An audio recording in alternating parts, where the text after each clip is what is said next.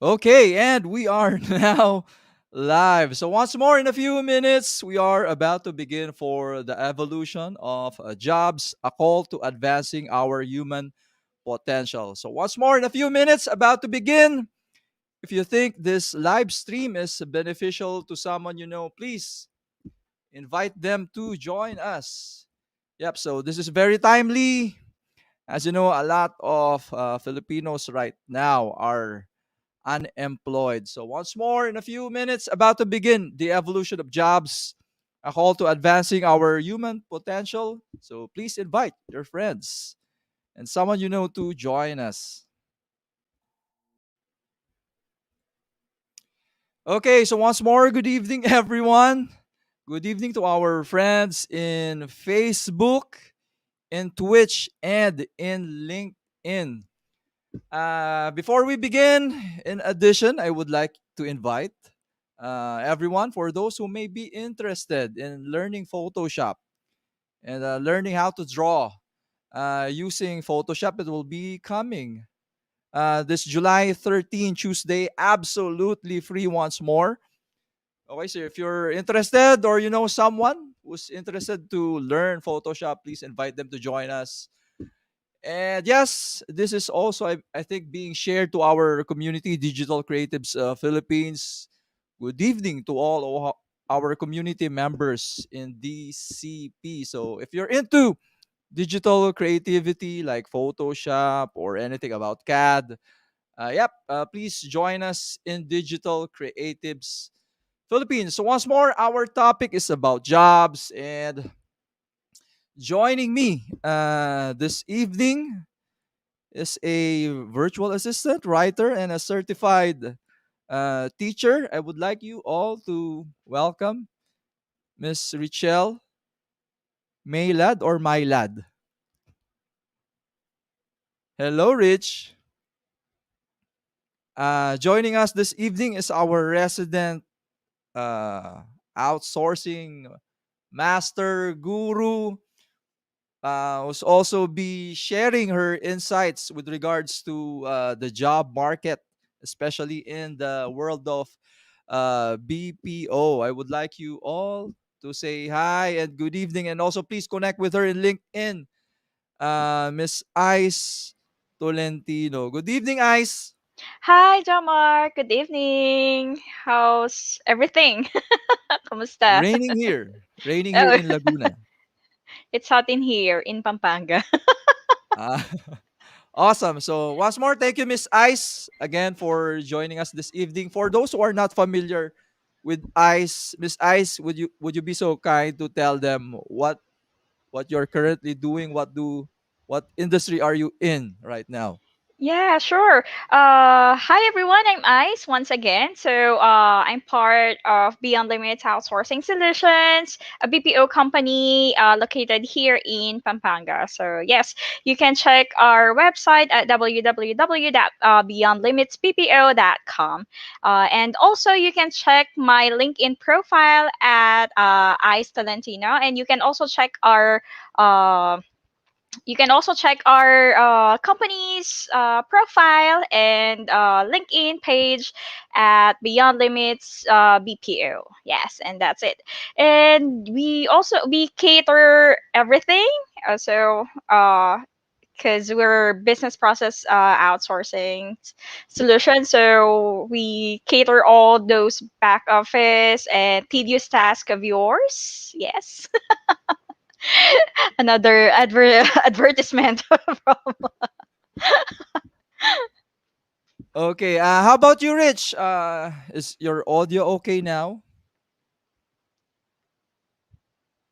I think you're muted. Yeah, I think you're on mute, Rich. Yeah, because this is live and we're experiencing some tech difficulties. So yeah. So yun. Yep. Once more, our topic right now is about the evolution of jobs. So when I think about evolution of jobs, as a tech person, probably as a tech person, I what comes into my mind is the automation of jobs like AI, and I used to think that AI possibly will, I think, disrupt BPO in a way. I'm not sure, but I'm hearing some the thing about AI having a sort of voices, Miss Ice, that they sound like Yeah. a true human that can possibly replace a call center agent. What's your thoughts on that? AIs are more of like those like when you called telecommunication, like if you know the number you're calling, press one, something like that. Those voiceover. Most probably those are the AIs that we have, but technically it's still it's still nice, and it's still there are a lot of customers or clients that prefer to talk to an agent or to talk to a real person instead of an AI. Yep. How about you, Rich? Is your audio now okay?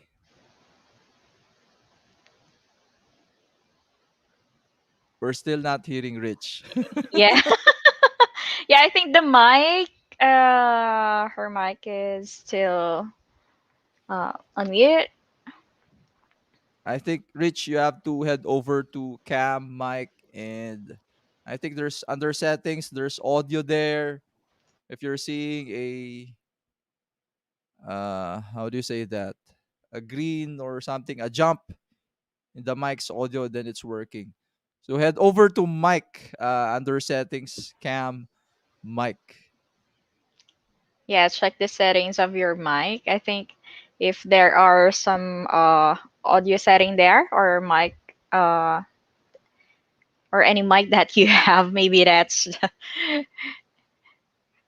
Ayan. For those who are not familiar with me, of course, my name is Joe Mark, so I'm an advocate of education as well, and we believe by having everyone be educated, they can land, possibly they can get a good career and land jobs. So that's why we're also a big advocate of LinkedIn. So LinkedIn is not only for a place to look for jobs, but a place to establish your thought leadership and possibly, or yeah, definitely gain clients. So I'm seeing here a past news from Rappler, jobless Filipinos 4.14. What's your thoughts on that, Miss Ice? Is this true? Do you know? Do you have a lot of friends who are currently, or family members currently unemployed? yeah, yeah. I think that's true. On my own opinion, I think that's true because there are a lot because of the pandemic that we have and still experiencing right now. So yeah, I bet there are really a lot of Filipinos who are jobless right now. So we're still fortunate, especially me, that I have that I belong to a really good company, which is Beyond Limits outsourcing solutions, and yeah, Yep. and I hope most of those jobless could have uh, jobs right away. Okay, so yep. Once more, thank you to all of our friends who are currently with us from LinkedIn. And without further ado, I'm gonna add our guest sharer this evening to talk about the evolution of jobs. I'd like you all to say hi and please connect with her in LinkedIn, Miss Danica Okta. Hi, Hi, good Danica. evening, Mark and Ice. How are Hi, you? Danica. We're doing great. We're doing great. How about you? Yes, I'm so happy to be here. I'm very excited to talk about this topic. A lot of people need to know about it, and I'm very happy I'm having this opportunity to share it to everyone, especially your followers. Ayan, so yep, I guess in three words, how are we? How should you describe yourself, Miss Danica? Oh, how should I describe myself? One, I guess I am very creative. Yan, I just thought about that just now. I'm very creative. And you will see why. Basically, I have this gift of turning something out of thin air. Hindi siya magic but you will know later. Second, I suppose I am very, very passionate about people who want to advance their potential. Because I myself had some experiences where I wanted to do it myself. And now that I'm here, I want to also see other people do the same. And three, you will know later, medyo madaldal din ako. So, madaldal ako, mahilig ako makipag-usap, mahilig akong magkwento about some amazing things. So, yeah, those are three things about me. Yep, I'm seeing here na marunong ka magbisaya. Oh, yes, Ayan. limited proficiency because my mother's side is actually from Surigao. Mm-mm. Ah. Yeah, Okay, so, yeah, my so mom is konti a lang. Cebuana, oo. Oo. Cebuana, oo. Medyo magkaiba siya sa ano sa Surigao noon because what they say, when I was in Cebu, kasi there was this time I grew up in Surigao and then I went to Cebu. What they say is that yung mga people from Surigao is like the baby version of Cebuano kasi maybe because it's branched out from Cebuano, so it's like the baby version of Cebuano. So yun, medyo may differences. Oo. Ayan. So for those who are also not to our domain, no, our Mark and Ice domain. So Miss Danica is also uh, in the top 100 most influential Filipino women in LinkedIn. And congratulations, Miss Yes, thank Danica, you for so that. much. Thank you Nice. so That's much. cool. Congratulations. I actually think it's more of a means to an end rather than an end. You know how people like to celebrate these kinds of achievements? For me, it's actually just really a means so that I can spread this service we have of helping more people. Because if you have these kinds of services, more people need to know. And if you don't have reach, they will not be helped. So I'm very, very happy that this recognition was given to us in Metamorphosis Group. Ayan. Curious to know, when did you, kailan ka nagsimula sa LinkedIn? Were Sa you, LinkedIn, okay. when Well, ka if naging you active talaga? when ako naging active, I started being an influencer. Well, I don't want to call myself an influencer. I would prefer to be called a thought leader. I started proactively becoming a thought leader when parang last year lang nung nagsimula yung pandemic because last year was when I decided that my company needs to be taken care of full time because before it was just a side business and now I wanted to turn it into an organization. And that's when I became more active on LinkedIn because when you start a business, actually LinkedIn is very helpful to have more reach for people to really understand your value and also to get to know you better, which is very important in this industry. Ayon, oo. My question na ako, I just have a question. What are your thoughts when you started to be a thought leader? What was my thought? You mean why did I decide to do that? Yeah, Diba? yeah. Okay. How did you Okay. come up with it? Oh, okay. So I wanted to become a thought leader because I think I had so many thoughts that I think a lot of people needed to hear.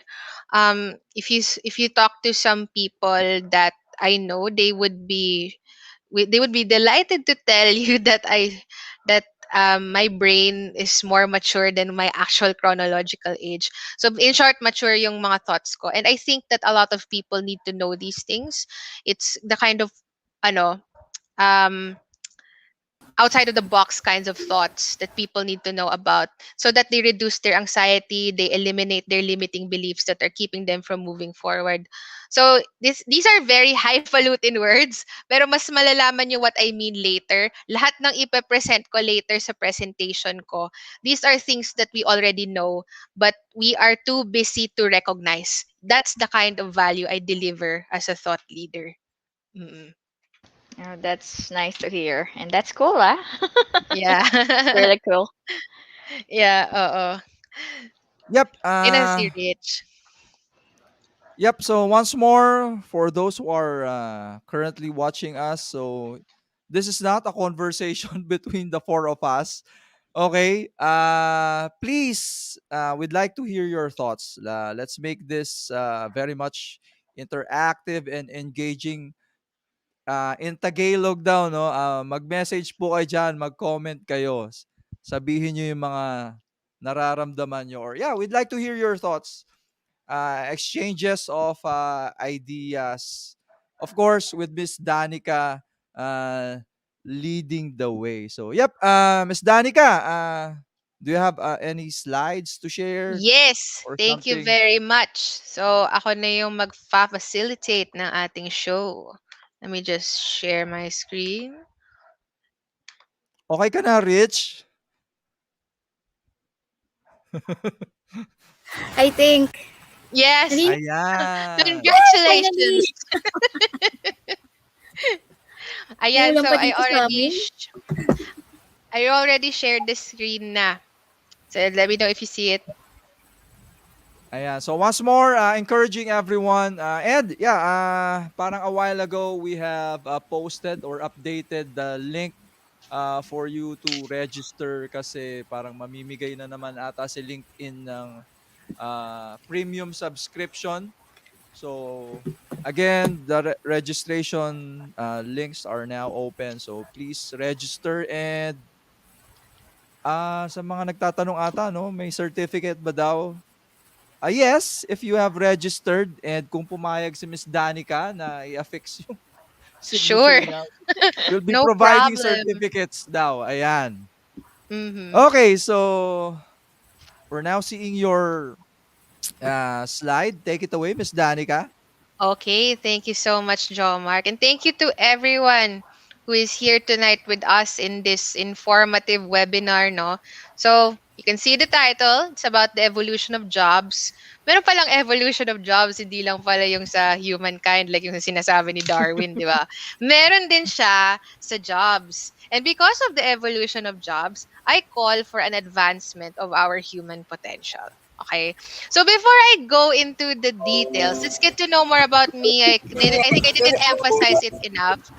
So I am a holistic career and life coach. My approach in discussing these things is more about the life coaching perspective, and I am also a sustainable HR practitioner, which means I am an HR practitioner but practicing sustainability with it.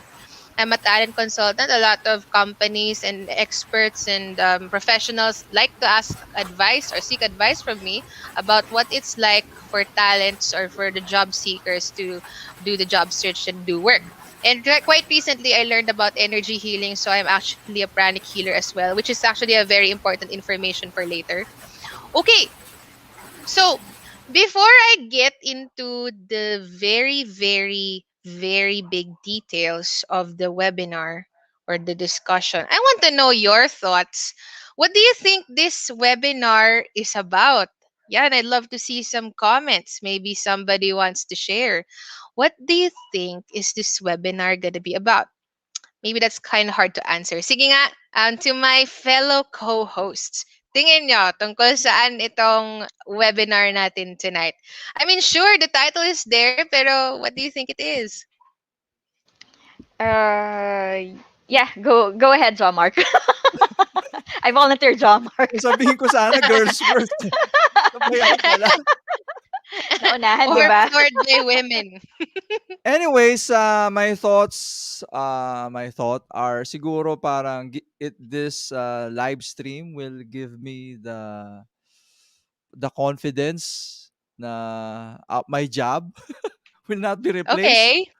Okay. or and possibly yeah, makapag-adapt because 'di ba tama naman yung evolution ng uh, needs ng industry ay constant yan. So we have to Mhm. upskill, reskill, and we have to learn fast. So the more we learn, the faster we learn, the more we will earn. Ayan. So hoping yung mga sinabi ko ma-address yan in this live Yes. stream. Perhaps. Perhaps, perhaps. Okay. So how about you, Miss Ice? Pasahan eh, no? Char. Yeah, I think when I look into the word evolution, the word that comes into my mind is innovations. Innovations in job, innovations on the technologies and all. Yeah, I think that would be all for me. How about you, Rich? Alright, siguro for just one word, transition. Transition? Tama ba yung Oh, yeah. narinig ko? Transition. Yeah. Transition. Yeah, something related to pag-evolve, of course. Yung Okay, very interesting. love. Okay, interesting. Okay, let's see kung yun ba talaga yung topic natin for today. Okay, thank you so much sa mga nag-comment. I don't see all of the comments in all of the streams yet, so maybe we'll expect some of the answers later. So, like we said in the description, these are the course objectives: to identify market needs, to recognize personal talents and solutions to those needs. That's number one. Second is to keep and preserve power in times of anxiety and crisis for a more productive job search. And third is upskill and reskill more effectively for the future of work. Okay, let's proceed. So, we have a lot of people looking at this webinar right now, some of which are CEOs, probably business owners. What is the most basic principle of a business? Isn't it to solve problems? 'Di ba? Yun yung lagi sinasabi ng mga businessmen eh. Na, okay, so I'm gonna create a business because there's a problem and I have a solution that the market needs right now. Simple as that. And we see this kind of saying most of the time for businesses, for companies, 'di ba? But it is also visible in jobs. Simply put, actually, yung mga jobs kasi, people who do the jobs, they kind of also are businesses in their own right. So let me just give you a picture of what I mean by that. So why is this the basic principle of work, not just in businesses? Because number one, jobs only become relevant if the market needs it. And number two, jobs not needed in a specific market will become obsolete. So hindi mo na ako mag-move to the next slide. Gusto ko lang makakuha ng feedback sa inyong lahat, to our audience and to my co-host. Does this checklist kind of make you comfortable or medyo nakakatakot siya? How do you feel? I mean, off the top of your head, anong feeling nyo sa definition na to? Go, Rich. Sorry, ikaw na, Rich. Hmm. Ang galing pala mag-basketball ng mga tao. So, I think this the first, jobs only become relevant if the market needs it. Kasi kaya lang naman, nagkakaroon or sabihin na natin, oh, ito, bagong job description to. Kasi yun yung kailangan. Yun yung kailangan para ma-solve yung problem na meron sa current situation. So, I think kaya siguro relevant talaga yun. Kasi hindi ka naman magpo-produce ng isang bagay kung hindi naman kailangan. 'Di ba? It's just useless, 'di ba? Kung wala ka naman din paggagamitan nun. Sa tingin ko, Okay, okay. So we'll go back to that later. How about you guys? Meron ba oo. kayong comments?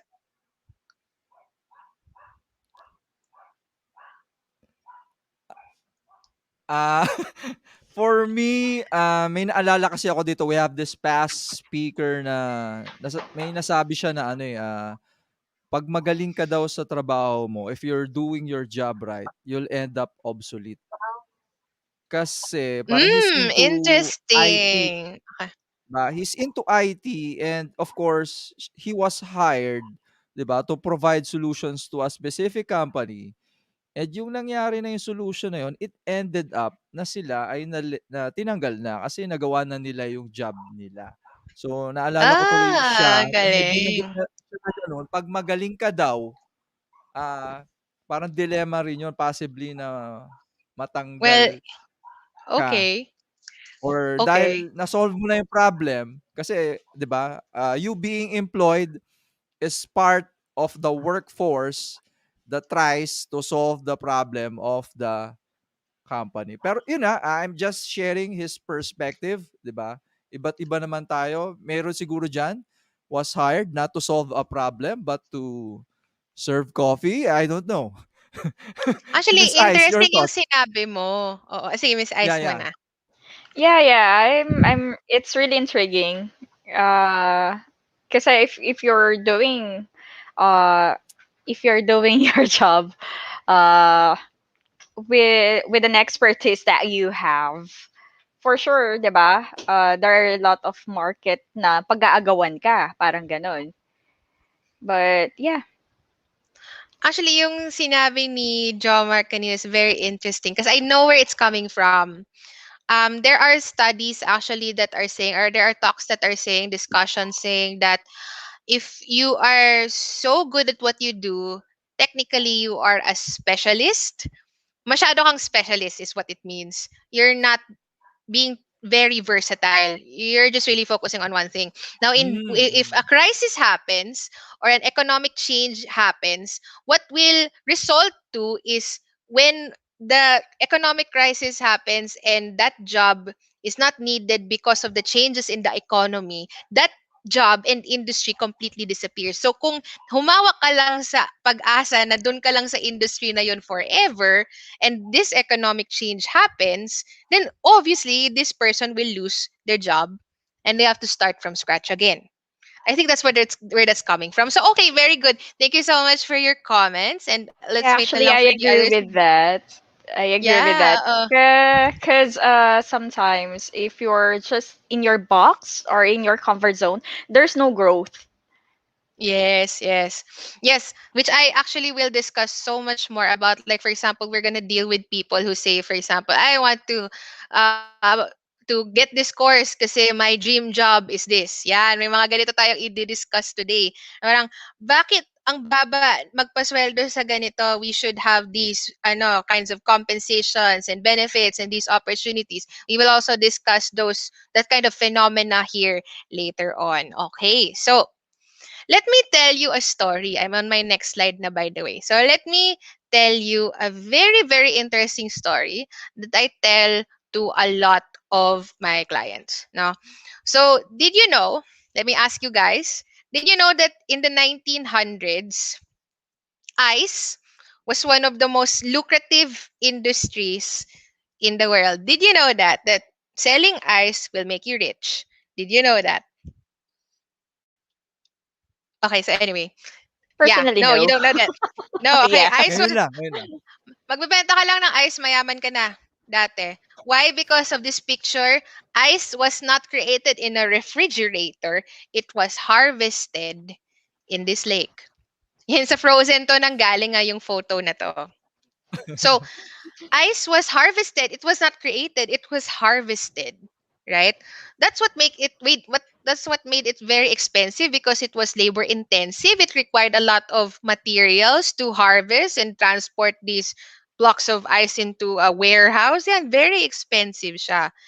And a lot of people really wanted to get into this industry because of how lucrative it can be, although I know other issues remain constant. However, in the 1950s, what happened was na-invent yung refrigerator, right? Can you put yourselves in the shoes of these ice harvesters? Biglang na-invent yung refrigerator at a snap noong 1950s. How would you feel if you were them? Wait, may ref na? So, ibig sabihin, we can make ice in this box? What's gonna happen to me? Diba? Isn't this what they would have felt? But this industry tried its best to actually fight for their relevance in the market. Then you would read some articles saying that they were trying to fight for their relevance in the market. And then over time, after so many debates and whatever, wala na talaga completely yung industry. Do you see the relevance of ice harvesters right now?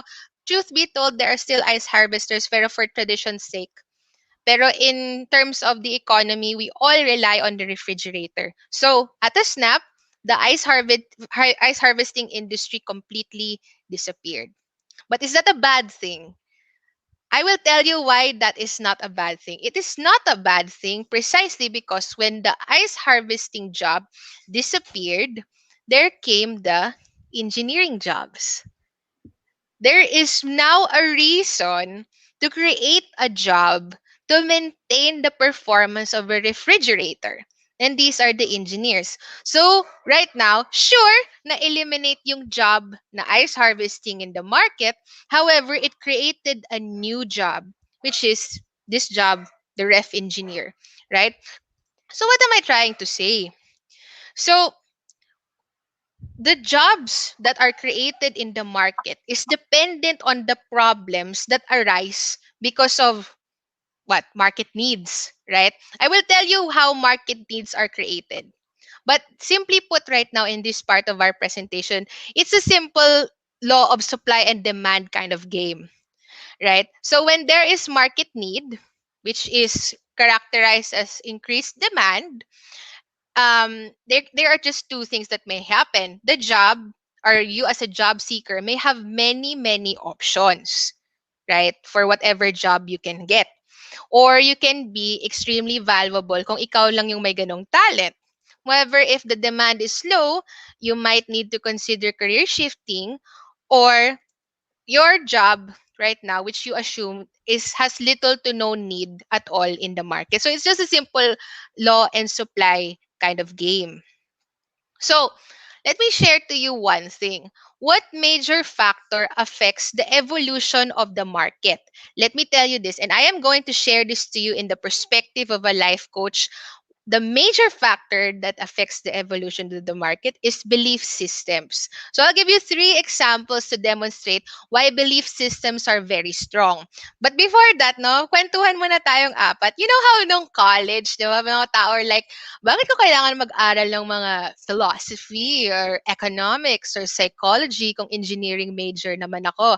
What's that gonna do for my career? Actually, these things or these subjects are very important because they make up belief systems, right? Kasi yung mga disiplina, yung psychology, philosophy, economics, and whatever, they create that magic creativity of a person. And they are very influential in changing the market. So let me give you an example. The airplane, right? The belief system during that time was that human beings can fly, right? Pero can you imagine the time before this happened? Before this happened, people were like, okay, I'm just gonna walk. Okay, there's gravity.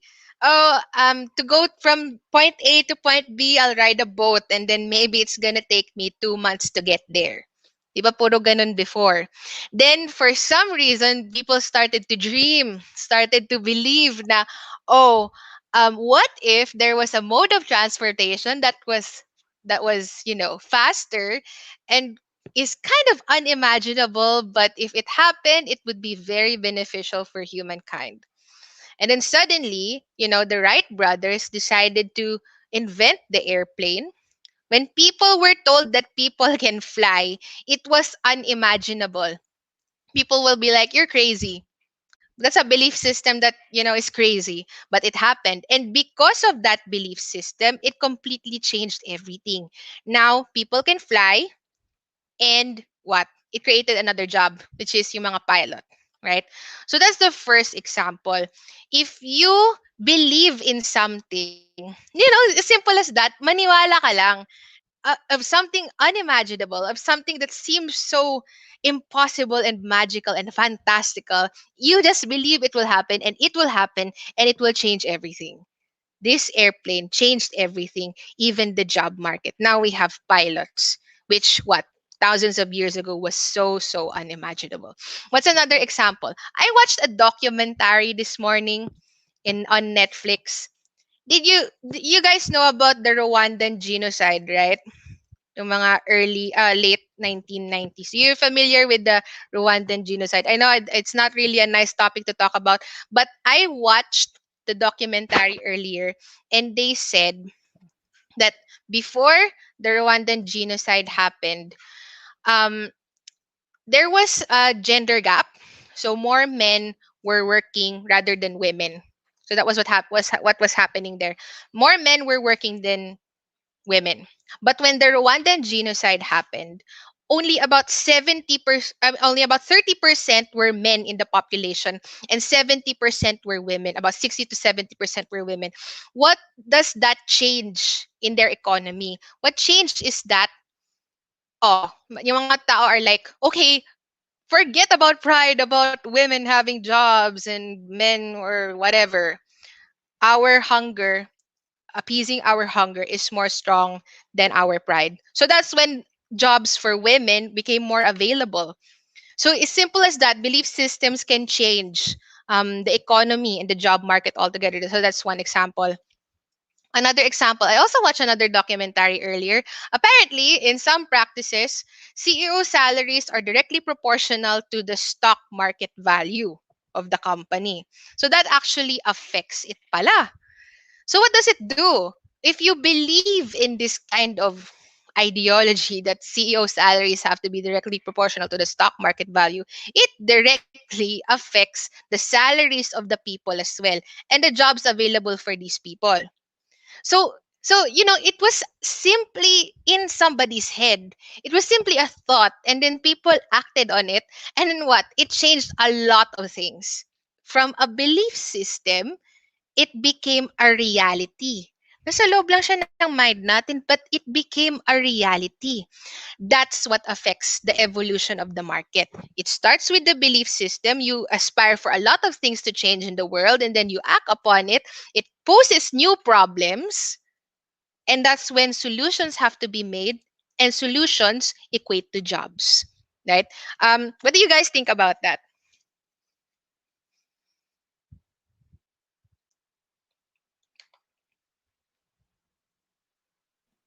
What came to my mind tuloy yung ano 'no, yung mga the rich tuloy not paying ano 'no, not paying taxes pa nga, eh.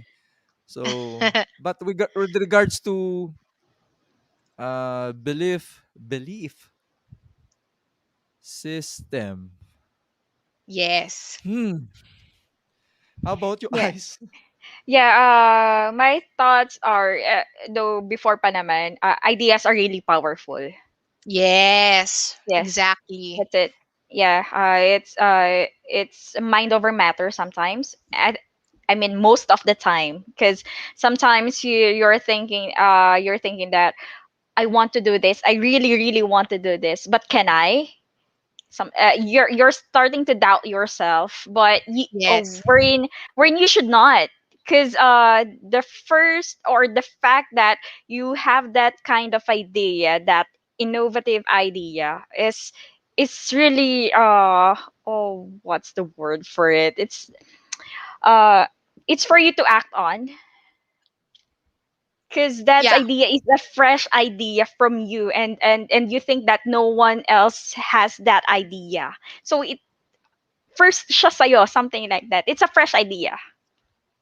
Yes, yes. It's a fresh idea. If you act on it, it affects everyone. Yeah, that's Yeah, it true. affects the market, it affects the opportunities of people. That's how far an idea can bloom, right? Okay. I think we have a comment here. Good evening. Okay. How about you, Jamark and Rochelle? Maybe you'd like to share some thoughts at this point. Rich, Yes, I think kaya na ni Sir Jomar yan. pass muna ako diyan, Miss Okay, Danica. pass mo na. Sige, next na tayo. So, given these examples, the market will never stop evolving. Because when solutions are True. created, it poses new problems that require further solutions. So from a belief system that creates a lot of things, new things that can change the market, it can also create problems afterwards. Na parang may problem, nagagawa ka ng solution. And then naging problem siya after a few years or so. And then now you need to create a solution. It's like, for example, in the education system. There are people who argue that, for example, when education started, it was just one-on-one. There was a mentor and then my person who wanted to become an apprentice, and then they learned something about it. Then over time, we decided, hey, why don't we have a classroom setting? It's more optimal that way. We talk to more people that way. But there are some teachers who argue that that's not really very effective anymore, that the classroom setting is reducing the impact on every student. So that poses a problem. From what used to be a solution became a problem. So now you have to create another solution, right? So basically, the market will never stop evolving. For as long as there is a problem and we create a solution out of it, it will have another problem and then a solution and then a problem and then a solution. Ganon ang behavior ng market, which given this, we should already recognize that opportunities will never stop. Mhm. Kasi lagi kailangan ng market ng solution because it always has problems. Okay, how we wish that the world didn't have problems. However, the reality is it needs to have problems. Well, it doesn't really need to have problems, but it has problems as a fact, and we just really need to act on it. It's the cards that we are played. So given this again, for as long as there are problems and solutions are needed, jobs are available. So this is why this meme also exists. Modern problems require modern solutions. Okay? What used to be a problem that was so simple grew into a bigger problem because there was a solution that started out with it. Merong mga jobs, given this, that become obsolete eventually because dahil nag-evolve yung market so much, hindi na nag-work yung dating solution. This is what it's trying to say. What that also means is jobs that existed before that aren't relevant with the market needs right now become obsolete eventually. That's why they die out. But again, given the example I had earlier, for every job that gets eliminated, new jobs are created as well eventually. Okay, so how do you know what value or solution you can deliver in the market? Dito naman tayo sa part where we try to understand how do we provide value to companies. Alam na natin ano yung mga problems in the market, pero ano ba yung meron tayo? Ano ba yung it factor natin? So that people can actually, hire us. Number one is you have to think like an entrepreneur. Or, that's my simple answer right now. You have to think like an entrepreneur. Because if you don't think like an entrepreneur, medyo, may mga disadvantages siya. So, why do I advise that people need to think like an entrepreneur? Because entrepreneurs make it their mission to solve specific problems in the market. Ganito yung attitude ng mga entrepreneur eh. They come into the market saying, I have this solution and I have it, hire me. Ganon yung attitude ng entrepreneurs eh. And that's why they thrive a lot. They're not the kinds of people who say, I want this job. You have to open a job like this in your company because this is my dream job. They don't act like that. They deal with whatever is available. And if they see an opportunity to create something new, that's where they come in, right? And that's why I think entrepreneurs don't mope about how the job market doesn't have their dream job. Instead, they create new ones that address the market problems they want to solve. 'Di ba, when we go to college, for example, we like to go into a course that we really like, and then we just hope that the job market will offer that job eventually. And then when we graduate, we're all like, oh, bakit wala na yung job na to sa ganito? Bakit konti lang yung jobs na ganito sa Philippines, yung ganyan? You cannot really force it because it is really the cards we are played with. But if you really want to thrive in this economy, economy, you really need to think like an entrepreneur. It is really what you have here right now.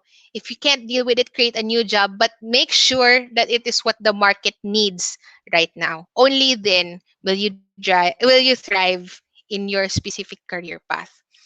Okay. So, given this, jobs are not 100% about you. It's about the people you help. Ito yung mga yung mga hindi masyado alam ng lahat ng tao, that jobs aren't revolved around you and your dreams. It is revolved around what the market needs. And nagkataon you have the talent to be able to do that. That's why you have a job, right? Agree ba tayo dun? What are your thoughts on that? Okay, I'll start. Yeah, I agree. I agree. Because that's why upskilling is a must nowadays. Because you have to learn something new in order for you to be part of what of the community that is continuously evolving and innovating around you. Yes, okay. Yes, John Mark, may gusto kang sabihin. Siguro, ikaw, Rich, do you want to go ahead or ako na talaga? Okay, una ka na. Ayan. This is the thing I notice sa mga young ones, no? Let me Hmm, remind everyone na when you're hired, your number one, I guess, sa perspective ko, number one task mo is to bring not only solutions, is the 'di ba ang business na naman talaga is to provide profits for the investors, for the owners. So, pag sinabing there's a job opening, you are contributing hindi to the growth actually, no. Let's be frank. You're contributing, you're adding pera, money mm. to the company. So eventually, why would I hire you kung mababawasan yung pera ng kumpanya, 'di ba?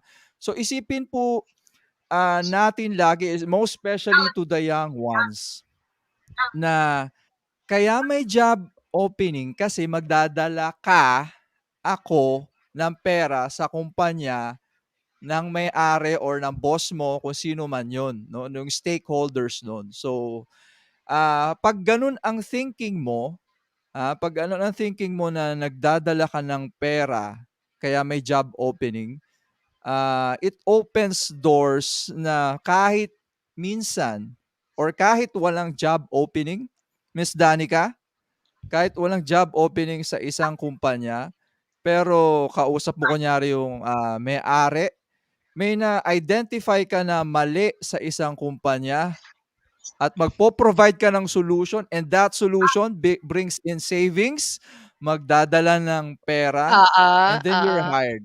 So, Oo, that's kahit the walang job opening. Oo. magkaka-opening and, sana matandaan 'yan ng mga chikiting or the young ones right now na gano'n o that's what Oo. I usually tell to our OJTs, ayan, sa mga nakababata nating kakilala na isipin niyo Mm. lagi, bring a solution, bring a solution. Yes, bring a Kahit walang solution. problem, hanapin mo may problem, magkakaroon ng job opening 'yan at dahil nakapag-provide ka ng solution sa problem na hindi alam ni boss, mas lalo na yung problem na hindi nila alam, Miss Yes. Danica, hindi lang trabaho, promotion pa 'yan, favorite ka na ni boss, Yeah, I Yes, 'di totally yes. ba? agree with you, Joe Mark, actually.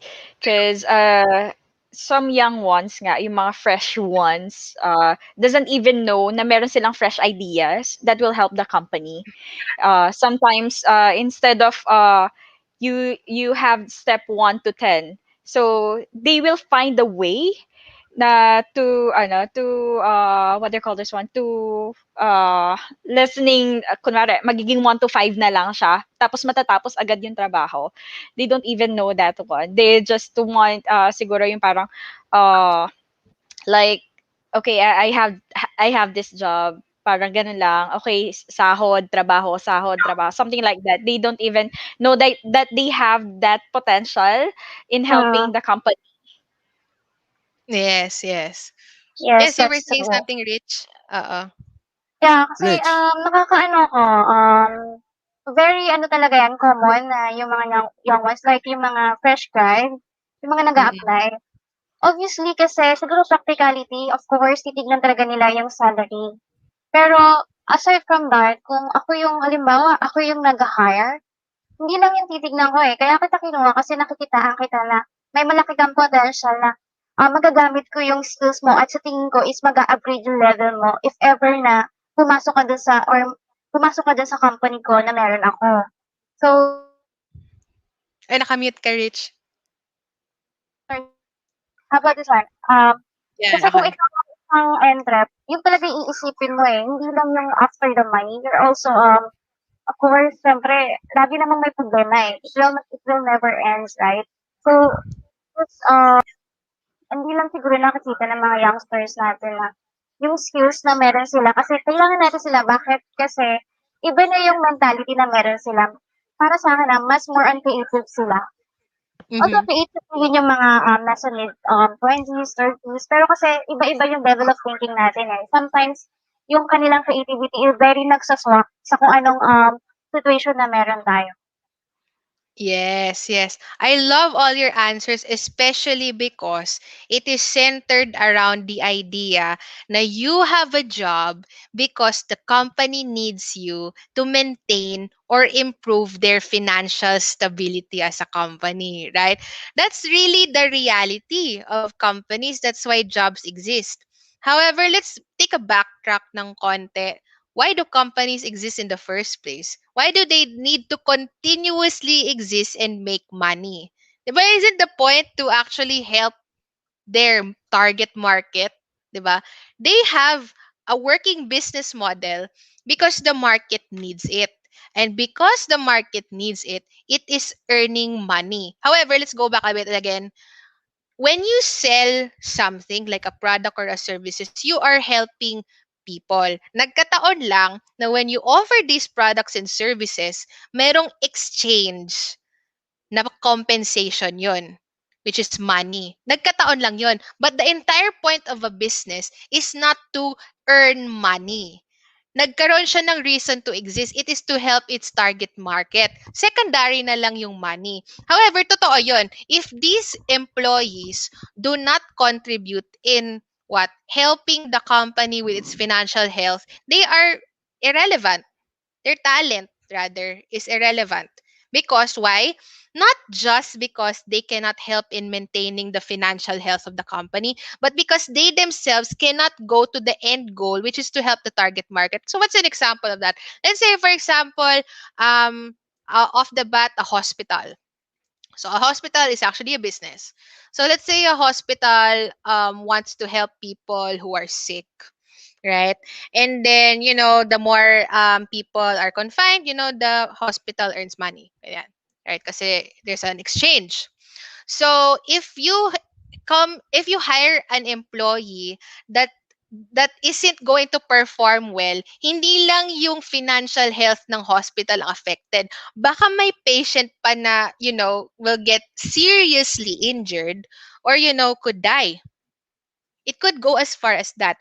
Businesses, entities exist to solve a problem. And the role of talents, job seekers, is to help companies continue that by maintaining the financial stability and also to continuously help its target market. Otherwise, this person, their talent, become obsolete. And when that happens, the talent need to already upskill and reskill. And upskilling and reskilling requires a lot of open-mindedness. If they don't have that, then they will have a hard time. Evolution actually shows how, yung sinasabi ng survival of the fittest, that actually also is true in the job market. Yeah, Survival of the actually, fittest. I Yeah. believe in that. I agree because sometimes uh you know yung they don't want to go outside of their comfort zone. That's why siguro yung their jobs becomes obsolete. Kaya Yeah. mm-mm.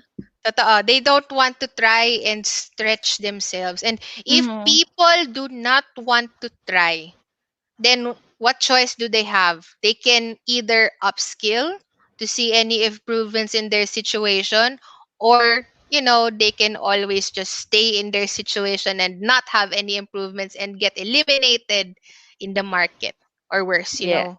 they Yeah, they starve. become stagnant. Yeah, There's no growth, there's no learning and all. exactly. Okay, so good discussion we had about that slide. Okay, let me just go to the next slide. So, we've talked about how jobs are based on the needs of the market, and you become relevant for as long as the market needs it, and that also market needs are affected because of our own belief system as people in our community, in our ecosystem. We pose a question right now: what happens if, technology replaces my job? What will happen to me? Okay. So, to the comment section, siguro if you want to ask or answer this question, I want to ask, have you ever asked yourself why jobs exist? Right? It was subtly answered earlier, but if you want to participate, you can right now. This is your opportunity. So, when we have these jobs available after we graduate, have you do you remember that feeling when we've graduated already? Okay, yay, meron na akong diploma. I can get a job. I can earn monthly income. And oh, ay hindi na ako magugutom kasi meron na akong degree. Okay, sure. But how many times, especially during this pandemic, do we have graduates who feel very powerless because the course that they studied for 4 to 5 years of their life hindi na relevant in the market? For many reasons. One of them being because technology replaced these jobs. How would you feel? What would you do?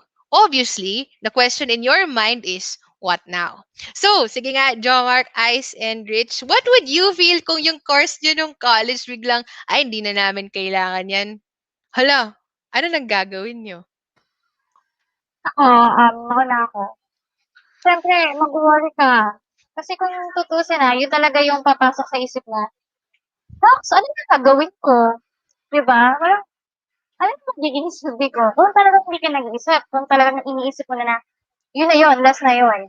Yun talaga ang unang iisipin ng isang tao na kapag yung trabaho mo is mare-replace na ng technology na meron tayo ngayon. Okay, sige. Mga ating co-hosts, Jomark and Ice, what do you think? Okay. Go, Joe Mark. Ah, we deal with ano, we have OJTs din kasi Miss Danica. So Okay. and meron kaming isang university na tinutulungan ngayon. So government sila, no, government. And I don't know, pero ako kasi I'm a kinda strict or siguro very strict person. And what I'm seeing from those students, parang weak eh. Weak in terms of parang they quit agad pag nahirapan. And parang ang dating tuloy sa akin, the arts eh. The arts. And in a way, na ano ko sa kanila, parang in a way, parang naaawa ko sa kanila na when reality starts to sink in, parang feeling nyo, makakahanap agad kayo ng trabaho kung makakwit kayo dyan, parang walang bukas eh. Yun. And considering na yung school nyo, hindi ganun ka, ka dominating in terms sa, for example, yung pinanggalingan ni Miss Danica. 'Di ba? Ah, hindi na kayo nang galing doon, T-arts pa kayo, quit agad and not responsive, 'di ba? Kasi we're accepting online OJTs ngayon. Alam niyo naman matutulungin tayo for us to help them. And it's just so sad na nalagas sila lahat. Actually, parang from 50 naging Nangyari. tatlo na lang ata. Naging tatlo 50? and Tapos naging yeah, tatlo yeah, na lang? yeah. Ako naman, I give task kasi na i-assume na I know things eh, 'di ba? So pag binigyan ka ng task, I'm very much sure na gagawin mo to within 8 hours. Na Mhm. kumbaga Mm. dahil bata pa, so sige intindihin ko na lang na ano, pero yun lang nakakalungkot lang na a lot I don't know kung sa mga government schools lang 'to 'no, I don't know sa mga upper or tier 1 na schools kung ano yung ano nila 'no, attitude and behavior but, it saddens me na kung sino pa yung mas hindi angat, sila pa yung mas te-arts No, and actually, I agree with you. I agree nakakalungkot with Miss you. Ice na Yeah. pagdating ng araw na naman after 5 years, tataguan niyo ako, ayaw niyo magpakita sa'kin dahil hindi kayo nakinig sa'kin. Yun, eh, nakakalungkot. I don't know why. Your thoughts on that, Miss Ice? Yeah, I totally agree with you, Jomar. Because sometimes they don't have the emotion and mental stability that we have right now. Because not hindi ko naman gene-generalize. Sometimes they have been spoon-fed talaga. Hindi hindi sila dumaan do'n sa mahirap na stage like we did na kailangan mo talagang gawin lahat para lang pumasa and all. Uh, they easily quit because I think this is my own opinion. I think they don't have that mental and emotion stability Mm, that we have. Oo, correct. just to add lang 'no, ako kasi, my thinking is as your mentor or as your teacher, as your guide in life, para ako, yung mga students ko, you have to surpass me, 'di ba? Tama 'di ba? For us, True, true. humanity to progress, dapat nalagpasan natin si Einstein. Kaya nga nalagpasan si Einstein, na imbento yung atomic bomb, 'di ba? Kung hindi nalagpasan si Einstein, walang atomic bomb. So, you have to surpass what I know. And pag na-surpass yung nalalaman ko, it's 'di ba? I achieved Yeah, yeah. my goals. And for you to surpass that, ibig sabihin, you have to surpass lahat ng paghihirap na naranasan ko. Same with my possibly your children din, no? If they want, if you want them to surpass you na achieve mo, I feel na kailangan mas masurpass pa nila lahat ng trials and challenges na pinagdaanan mo. Yeah, that's true. That's Your, true. yeah. That's true. I really agree with that because they will not learn if you will do it for them. So you have to push them into their limits because you know that they have that potential inside them. Okay, Teaching, Yeah, Rich, correct. yes. charot. Totoo ako bigla. Yes, Rich, you wanted to share Rich, something. Ako, I agree with Miss Ice kasi kung students, sabi na natin, hindi mo sila i-kick out of their box, hindi talaga sila matututo. Kasi parang nakastuck sila doon. Na parang, okay, okay na ako dito, contented na ako. Pag ganun kasi, hindi nila na ma-maximize or hindi nila nalalaman na, ay, may skills pala ako, kaya ko pala mag-upgrade. No? So, dahil nga kung halimbawa kung ikaw mismo si instructor is hindi mo rin talagang ipu-push yung students mo, na, "Oh, ito kaya mo 'to, gawin mo 'to." Okey? Kasi hindi talaga sila tapos magbibigay ka ng leniency sa kanila, hindi talaga sila matututo kasi parang walang or hindi nila ma-realize na parang yung reality na kaya mo sila ginagano is nire-ready mo sila for the outside world kapag sila na yung nakaharap dun sa mga, um, professional, status nila in the near future. Yeah, Mm-mm. that's true. That's true. Mm-mm. Okay. Okay, so thanks guys for your insightful comments. Actually, let me just respond to that, no. So, let's be fair also to the young people.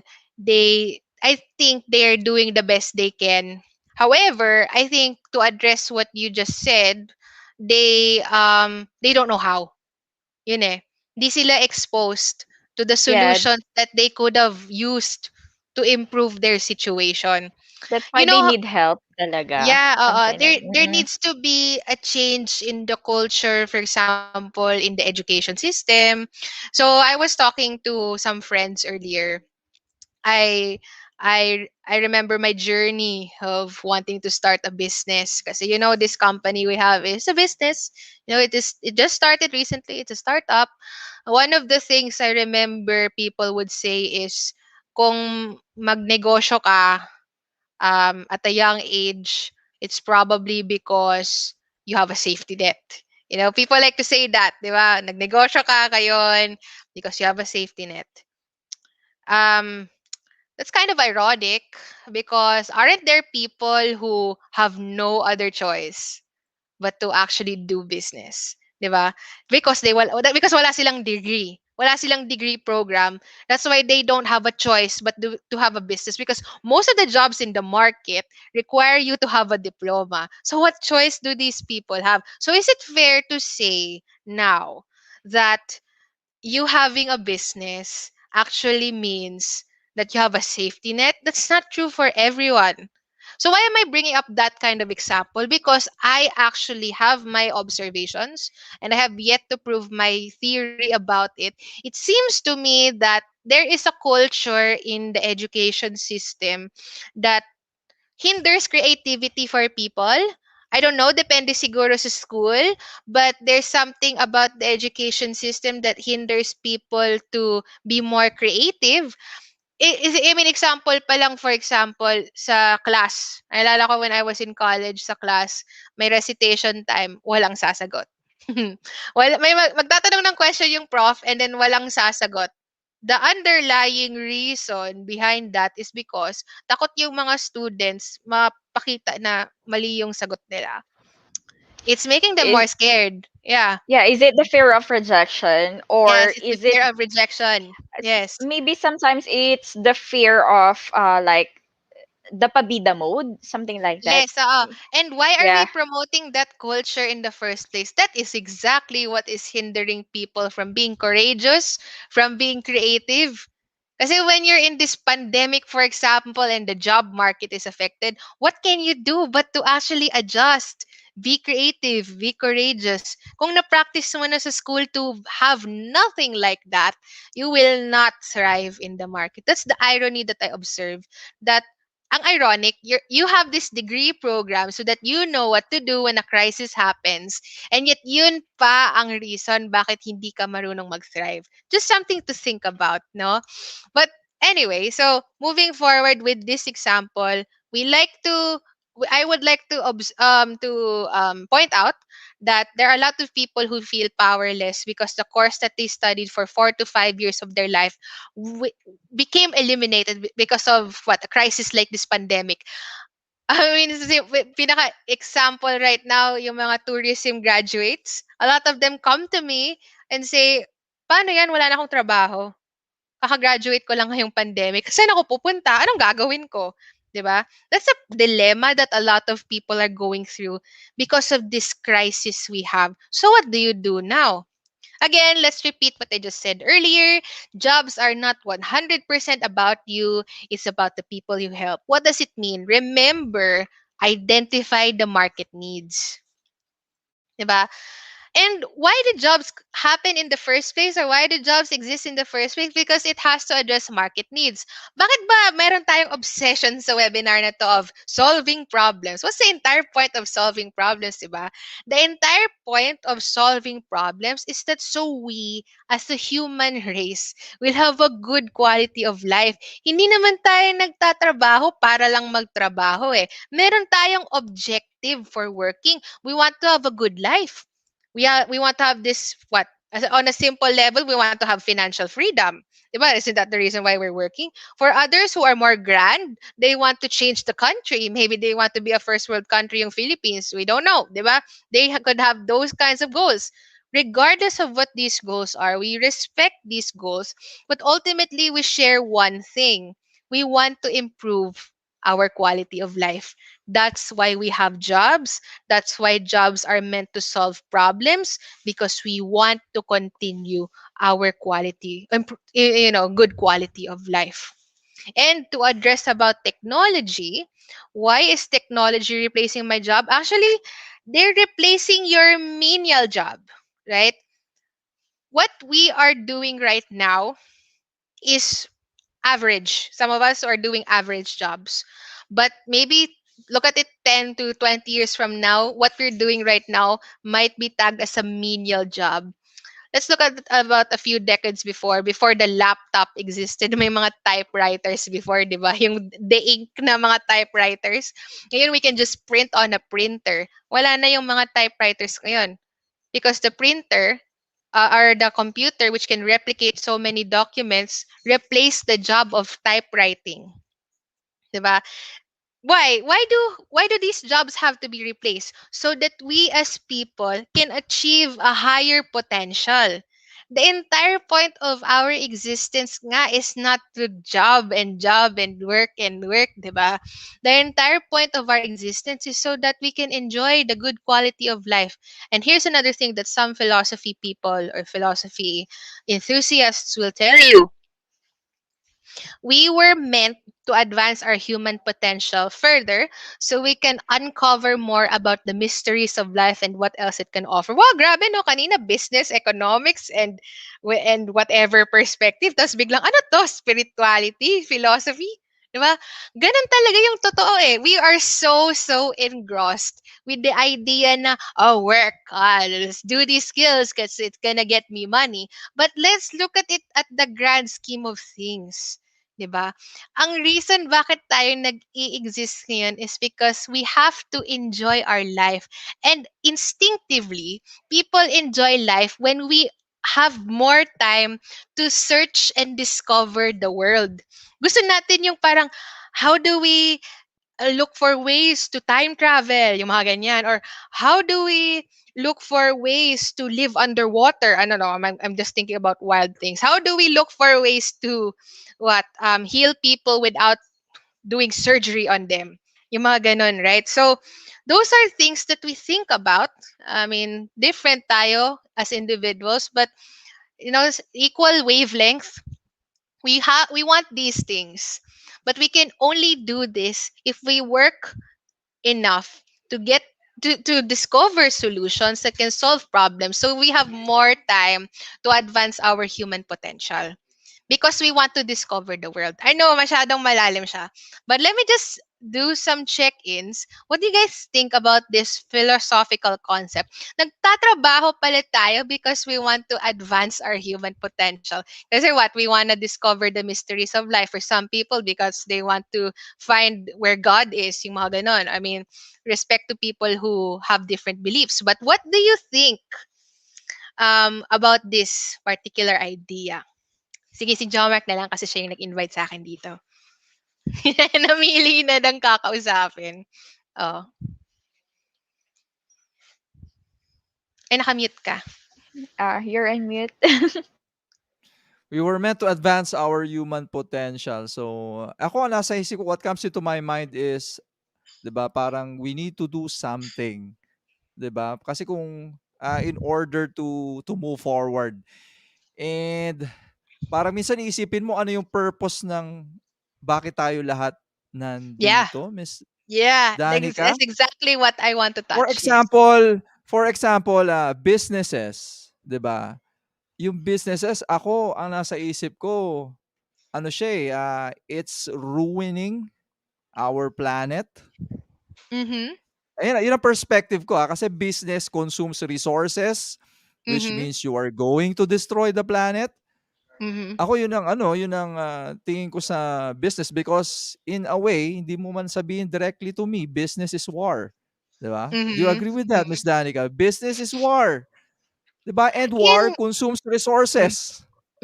in a way, no, depende Hmm. sa how people execute their business plans. But there is a way to actually use this kind of tool sustainably. That's why there are people who advocate in corporate sustainability.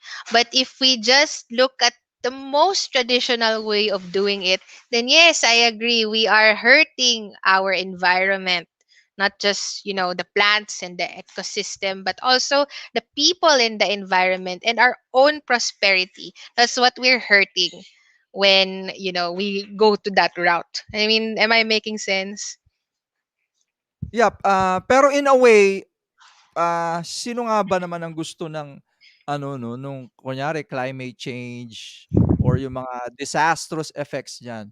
Pero in a way, minsan kasi dati pala 'no, naisip ko parang ang salot, ang pagkakamali ay tao, eh. Mhm. Parang Mhm. I feel na hindi tayo natively taga dito, parang we were planted like ano, eh, like locusts. Kasi parang we're the only thing here in this planet na nagbibigay ng imbalance. Pero may sad thing din pala, may ano rin pala, dilemma rin pala na tayo naman, eh, naturally gusto natin na mabuti. Kaya lang there's a limit within our minds and capability, 'di ba? Kapareho niyan, let's say, sa climate change, 'di ba, carbon neutrality. Wala pa tayong knowledge, technology na para ma-solve pa yun. So in a way, siguro yun na lang ang iniisip ko ngayon na gusto natin yung mabuti, kaya lang eto lang talaga yung, alam mo yun, yung limit ng human capacity for now. Yes, So oo. yun. Kaya that's why the solutions we create can help based on the limitation that we see sa future. Yeah, yeah. Alam mo yun? So, ibig sabihin, may limitation tayo on how these solutions can help us as a whole. Hindi siya holistic. And then, over time, mga few years or a few decades, we realize the solution we created is actually a problem, right? Just like the system we have right now, we thought this was going to help us, but it has its own problems, and that's why we're continuously looking for ways to improve our situation, and that's where jobs are created. So that's a prime example of showing how, because of the market condition, the market needs, and because of our belief systems and our desire to advance our human potential and uncover the mysteries of life, we create jobs all together because of that. Yeah. Oh yes, Miss Ice, were you trying to say something? Oh no, maybe the point in which why people do that also, it's because of the way of our living. We want everything to be convenient. Yeah. That's one. So we're inventing a lot. We're doing something that we think that it is convenient to us, but we sometimes we don't think too much that it will affect our you know our surroundings. Okay, okay. Yeah. Oh, that's why, no, because napaka-limited ng view natin of the future, it has required us to create more solutions and therefore more jobs. It's a continuous vicious cycle, but at the end of the day, that's really what it is now. All we have to do now is to continuously search for solutions para we will have, that nirvana life that we're looking for.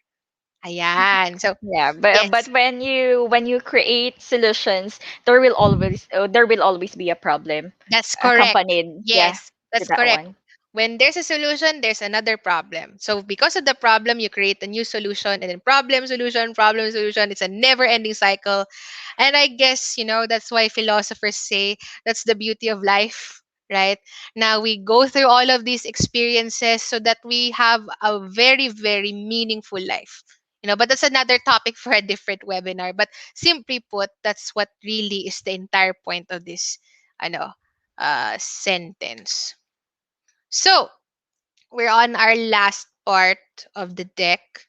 One of the objectives that we have is how do we upskill and reskill the right way?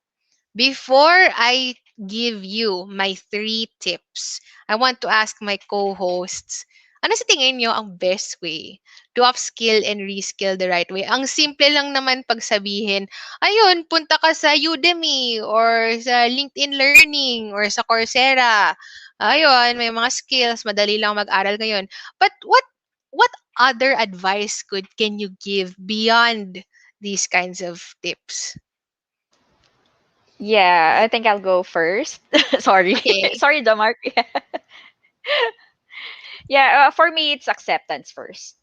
Mm, mm, Yeah, mm. because you have to accept that you need those skills in order for you to be part of the market. That's right. That's right. You become relevant when you accept that you have Yeah. these skills. Yes. Okay. Okay. How about Yes, Damark. you? Yes. Wala. Okay, no advice yet. How Wala, about you, wala akong Rich? maisip, wala akong maisip for Wala pa now. maisip right now. Okay, how about you, Rich? Kasi, I think if you're into it na, okay, I need to, work on this. Kasi if you keep on working on certain things, kasi ma-realize mo na part by part, level by level, pieces by pieces, nag-a-upgrade ka. Kasi Yes. hindi ka nakakontento, eh. You're, stepping out of your comfort zone na, okay, for example, this is your work. Siyempre, hindi naman porket binigay sa'yo yung specific job na dun, eh, nandun ka lang. Okay? Of course, meron ka pa ring makikitang parang, problem. On that Yeah. part, maiisip mo na you have to think about it.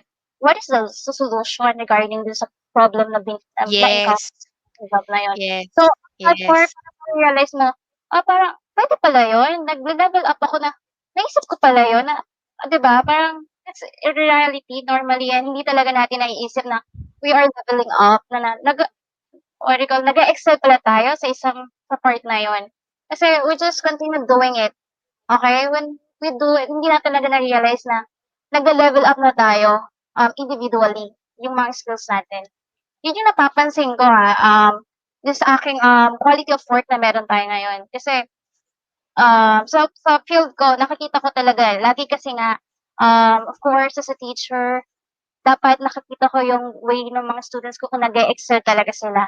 So dun palang siyempre kung ako nakikita ko na nag-e-excel sila, siyempre sila students ko hindi nila nakikita yun. They don't realize na, yung thinking nila, yung level of mentality nila is, nag-i-improve na. So, ano malalaman lang nila yon kapag sinabi ko na na-realize na nila na gano'n na sila. So, it's, always a matter of doing things. Yeah, oo, oo, tama. Which goes back to what we discussed earlier, no? Understand the needs and identify how you are a solution in the market. You don't need, for example, to be, for example, you started out being an artist and then you want to solve this particular problem. I don't know, maybe designing a mural, and then you realize na maraming kailangan ng ganun, then you start a business, and then it turns out if you start a business you need to learn business development, marketing, sales, all of that. It grows, right? Your skill set grows the more the problems arise because of your the solutions that you create with it. Okay, great. I have 3 tips lang for everyone to consume tonight. Number 1 is be empathetic. Understand the needs of the market. I cannot emphasize this enough. I think I have already, parang paulit-ulit na ako dito. We have to be empathetic. It is actually a superpower, right? You really, really, really have to be empathetic because only then will you smell out the problems of the market. And when you smell out the problems of the market, only then will you know what do I have that can address those problems. Miss Yes, John Danica, Mark, you wanted to say something. may mga pure Tagalog dito. Ano daw po yung empathetic? Okay. Ano yung English daw yan. empathetic? Empathetic means parang putting yourself in the shoes of others, yung nakikiramdam ka sa problema ng ibang tao. In this case, hindi tao yung papakiramdaman mo, yung buong market, yung buong job market yung papakiramdaman mo. If meron ka ng talent na yun, ng skill na yun, madali na lang para sa'yo mag-reflect, ano ba meron ako? And then sabihin mo sa mga tao, how many times have I seen it work? Sa interviews, ang sabi ng job seeker, kasi diba sa interviews, there's this question na, do you have any questions for me? And then the interviewers or the interviewees who were coached by us would ask, so why are you hiring for this role? Mga ganon. And then the company will say, oh, because there's this new project and we need this kind of talent fast. Siguro mga ganun yung mga sagot ni interviewer.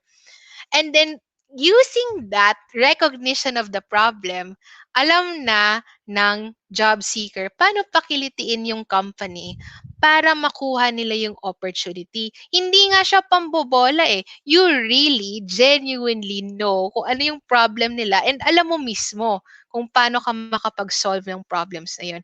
That is how powerful empathy is. 'Di ba? Okay, that's one. Two, have a future-proof mindset. Don't think about short-term solutions. Palagi to sinasabi, we need to be future-proof. We need to create plans and strategies that can last for 10 years. Yan yung sabi lagi ng mga executives. Let's do it now. Change management. Ganyan. So, executives like this term future-proof, and it's true enough for job seekers as well. You have to be future-proof. You have to think of a plan na pinag-isipan mo na talaga yung mangyayari after 10 years, for example. And alam mo na yung strategy mo or yung solution mo na yun will work even until then. And that also includes who you are as a talent, who you are as a particular employee of a company. Kailangan ikaw mismo, alam mo anong meron ka para malaman mo how you will stay relevant for the next few years or decades. You have to think like that. Hindi yung pwedeng, oh, kailangan nila ng tour guide today. Ganyan. Tapos, ayan, a few years later, nagka-pandemic and then wala nang trabaho yung mga tour guide right now. If you think that you can just be a tour guide at that point, then you're limiting yourself. You're not being future-proof. What are the other tour guides doing right now? They're vloggers and bloggers na ngayon. Because some people are traveling around the world by watching vlogs na lang. Isn't that also a job? 'Di ba? So if you think of your job or of your talent as how relevant it is for the next few years and the next few decades, you will have opportunities. Hindi ka mauubusan ng opportunities. Okay. And last, entertain crazy ideas. Be a man or woman ahead of your time. So, um, parang recently, 'di ba, sumikat ulit yung Friends, yung series because of the Friends reunion, right? Tapos bigla na lang yung newsfeed ko, kumakalat lahat ng snippets ng mga episode ng Friends. There was one episode na na-erase na sa memory ko pero I'm glad na panood ko recently. Yung nag-away si Ross siya kasi Phoebe. Sa mga hindi nakakaalam sa Friends, bear with me na lang. Phoebe is the weird one and Ross is the paleontologist. So nag-away si Ross and si Phoebe. Sabi ni Phoebe, oh yeah, I don't believe in evolution. And then Ross got so angry, right? And then he was trying to explain how the theory of evolution is the only way. Hindi ba theory pa nga siya? At the end of the episode, ang sabi ni Phoebe, look, Ross, it's not that I don't believe in evolution. It's just that I think it's just one of the things that we have to consider to explain things. Parang gumanon siya. And during that time, ng mga 1990s, that answer was like not something you would hear from an ordinary person. That line was something a person would say if they are ahead of their time. So, right now, a few years later, where people are more progressive, as in ngayong 2021, people are more progressive than we were before, listening to Phoebe say that really made me feel like hindi talaga siya as such a weirdo as what she was years ago. She was ahead of her time. Right? So if you entertain crazy ideas and you are a person ahead of your time, you will stay relevant. How many scientists, how many inventors and businessmen have we seen na very ahead of their time sila? And ngayon lang nagsabi ang mga tao na, o nga no, hindi siya baliw. Nag-work pala yung sinabi niya. And maybe, if buhay pa yung mga taong yun ngayon, they would have a job. Or maybe mayaman sila kasi they're the first person who said that. Di ba? So there, entertain crazy ideas and be ahead of your time. So, basically, yun lang mga kaibigan ang aking presentation for today. Let's open the floor to any questions kung meron man. Yeah, to Paano all ba? of our viewers pala, commercial, Mm. we're looking for a web developer. Ayan, Nasabi mo web yung develop. nasabi mo yung website. So, we're looking for a web developer. So, yeah. If you're Ayan, so interested, so just send your resume or CV, your updated resume at ice@beyondlimitsbpo.com.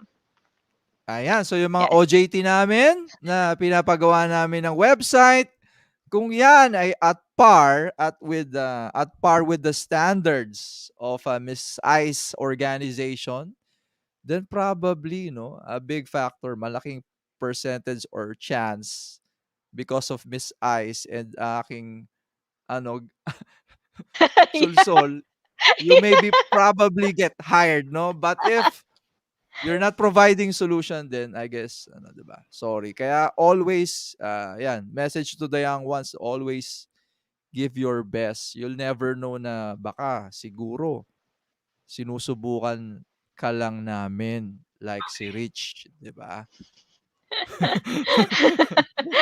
And siguro advice din to the young ones. It's not about the spoon feeding that you've received from everyone that surrounds you. It is your guts. Don't be afraid to try and tell what you have in mind. Maybe that idea is the one that company needs to hear, and that is the solution that they really want.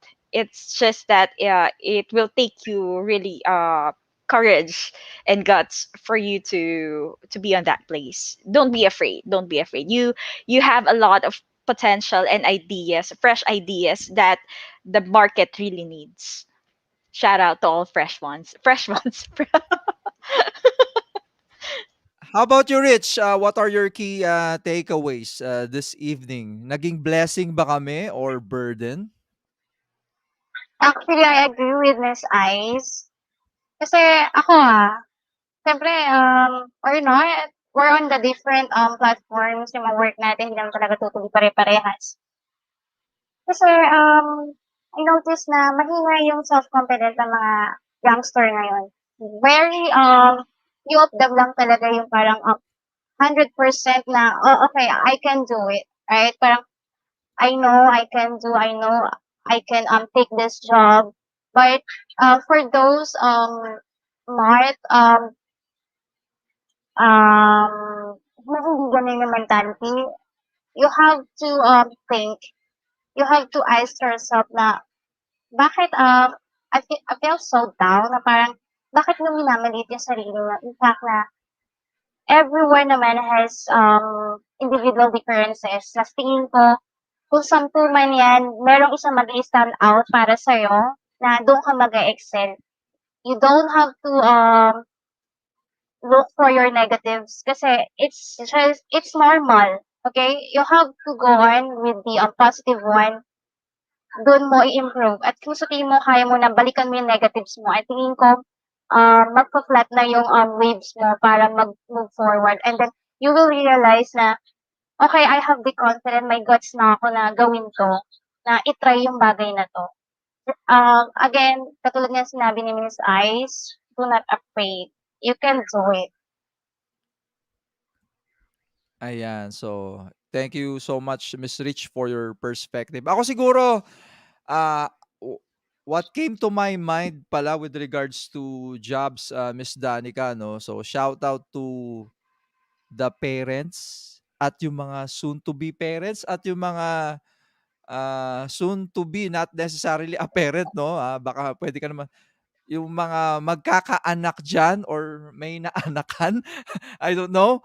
Ah, pero I just want to reiterate the role, Miss Danica, no, of a parent with regards to job. So if you're a parent or you're gonna be a parent, you're planning to have a child, let me remind every parent out there na it is one of our role, 'di ba, to prepare our children, and parang our duty and task na to predict as much as we can kung ano yung magiging in demand na ano ba yun, na job or job market in the future, kasi I know a lot na they rode the wave of nursing, 'di ba? Parang gano'n. I gusto ko lang sanang ma-prevent natin yung gano'n, yung sumasakay sa uso.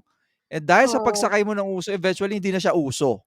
So again, reiterating the role of a parent na i-predict mo at dun mo i-inspire, not push, inspire yung child mo na yun yung possible na future jobs na mangyayari. So, again, reminder to parents na wag isaalang-alang yung ano yun, parang course ng mga anak nyo. Or Totoo. yung iba kasi yung iba kasi Agree, dito, agree, may iba agree. 'di ba? Miss Ice, may iba akong kakilala isinaalang-alang yung panahon sa Agree. tropa niya, eh. Yung kung anong ililista daw, yun yung sinabi ng Totoo. tropa. So yun yung Oo, naging course, no? oo, oo. Yung So parang Tsaka wala yung sabay yung sa ano, ano yung parang lang, parang gano'n. oo, oo. Ayan, nawala yung yeah, role ni parent, no? oo, Mm. oo. Nakinig At na lang saka sa iba. yung mga ano, parents na parang, "Oh, ano, gagraduate ka na ng high school, piliin mo ang course na 'to kasi Yeah, yayaman yeah. ka diyan." Pero wait, have you ever considered na in the entire 4 to 5 years na i-take nila yung course na 'yan, what if pagka-graduate hindi na relevant yung job na 'yun, Yan, oo 'di yun, ba? oo. Oo. Hindi lang yun, kasi it's not about the, okay, you take this one and you'll be rich in no time, something like that. But it's the passion of the student or Yes. the person itself. Mm, mm. Because if you don't feel that course talaga, if you really don't want that course, and labag sa loob mo, hindi naman sa labag, syempre, of course, it is my parent wants for me, something like that. Just for the sake na sundan mo lang yung parent mo or whoever it is, your ano, yung parang your passion will be sacrificed, parang gano'n. You will not enjoy life. You will not Yeah. enjoy the entire schooling or entire learning. Yeah, yeah. You will not really enjoy it. Yes, that's why I tell a lot of students, kung mamili kayo ng course, pick the one you want right now. Huwag mo muna isipin yung Mm. magustuhan mo in 5 years. Kung anong gusto mo ngayon, yun ang piliin mo. 'Di ba? Let me just bring up something pala. There are 3 comments in my FB page, mga questions. Maybe we can answer them. The first one is from Joven Barcenas. Hello, kung nandito ka pa rin, thank you so much for watching us. His question is, what LinkedIn thought leader post do you think is the most important? How did your followers react? I don't know how to measure importance, but I guess to me, the most important LinkedIn post is the one that really changes lives. No, yung devil's advocate kind of post that nobody wants to talk about, but actually is very important to talk about. Those are the kinds of posts that people need to see. How do people react to that? Well, I'm not gonna lie, it's a really, really a paradigm shift for people. Di nila actually sometimes ma-accept yung mga bago. But people who know that they need it, they will actually appreciate those kinds of posts. Okay, second, with the rapid technological advancement, which jobs do you believe will last for the next 50 years and which jobs will be phased out? I'm not, ano eh, I'm not, thanks Joshwin for the question. However, I'm not a psychic, so I don't know what jobs will be relevant in the next 50 years kasi napaka-exact ng 50 years. I don't know what crisis will happen after 50 years. That crisis, whether it's economical or health or whatever, will affect the job market. So whatever that is what's going to dictate the jobs in the future. So yeah, those are the questions. Ayan, naka-flash pala eh. Yan, yun yung mga questions natin. To Abby Senga, thank you for commenting. Anxiety tech is advancing so fast. I think this is to respond to that part where I said, how do you feel about technology replacing jobs? Okay, you will be anxious. But again, let me remind you that the reason why technology is replacing these jobs is because you're not supposed to be doing that job anymore. It has to be a machine that doesn't have a high potential like you do. Let them do it. Para you can have more time to advance your human potential. Maybe you're the one who's going to discover how to create what a very very habitable place in Mars. I don't know. Maybe you're the one who's gonna invent that. But those kinds of things, if you have that human potential, let it out. Allow yourself to have more time to be able to do that because that's a service to the world. Yeah, and I hope that answered the questions. Ako siguro, ano ba yun, kay Jashwin, Mm-hmm. madadagdag ko siguro ako, from my perspective, Sure. kahit hindi ako gano'n ka-techy, I'll be suggesting na ano, you go into IT or something, Yes. revolving around that kasi, parang the trend nowadays, ABCs. Once more, I want to hear you say ABC, 'di ba? For businesses to succeed nowadays, it's Yes. ABC. Once more, ABC. A, artificial intelligence. You bring in AI to your business. B, you get into blockchain. And Alam ko yung C, you C. get into cloud computing. Cloud So, mabigat computing. ang sinasabi ko. If your Oo. organization is quick to adapt those three, Mm-mm. winner Yes. ka. And if you know someone na magka-college, ako, I probably push him, her into those realms. Yeah. And yung mga sinabi ko ay hindi offered at tinututukan sa school. In Hindi pa. demand yung ngayon Mm. pero hindi sa Yeah. school. So, Oo. 'pag nilabas na sa school 'yan, baka hindi na uso 'yan. Naunahan na kayo Yeah. nung Oo. nakinig sa atin ngayon. Exactly. That's why we cannot exactly predict the 50 years pa later. We can predict so far as 5 years later. So yes, that's how you do it. If you want a concrete answer, those are the things. Anything tech. But I'm not going to touch up anymore in this webinar yung mga talks right now by some IT professionals. What if nawala yung tech? Yeah. Katulad yung nangyari sa Wally in Pixar, yung mga ganon, that's the time where you're gonna ask yourself, oh my gosh, ba't ako nag-IT? Yung mga ganon. So, we're not gonna touch upon that, but I just want to open our mind to the idea that those things could happen. The things that we thought would be relevant eventually might not be, and pabaliktad pala siya. Di natin alam. We have to be open to it. Yeah, the thing is here kasi siguro or my thoughts about it dun sa ano niya, dun sa 50 years from now. It's Yeah. about the passion that you have on Yes, whatever I you like do. that. Mm-mm. Kasi kahit gaano siya katagal, kahit ilang years pa yan, if you're doing what you do uh, with passion and you're doing it Yes. at your best, I'm sure it will not be obsolete. Yes. For as long as you have the passion to solve particular problems, it will always be relevant. Yes, Yeah, always. applying agad what we learned today. Yes, because you will always have that fresh ideas. If you have that passion on whatever you're doing, you will always Yes. have that You'll fresh never ideas. you'll never stop. Yeah. Yes. Yes. You'll always keep learning. Yes. Ayan. And before we wrap things up, so once more, if you have a message or an advocacy to share, like Miss Danica, or may kilala kang ibang tao na, 'di ba, role model, has an advocacy or message to share, we're inviting you to be our next guest sharer.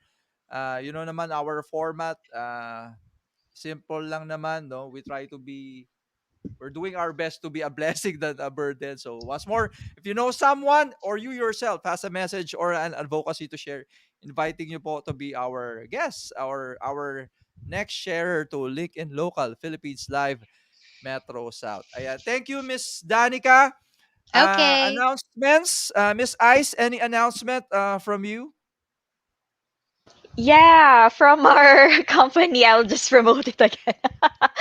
Yeah, if you're looking for a partner, a BPO, a business process outsourcing company, please visit our website beyondlimitsbpo.com, and you can check there our profile, and also we're hiring.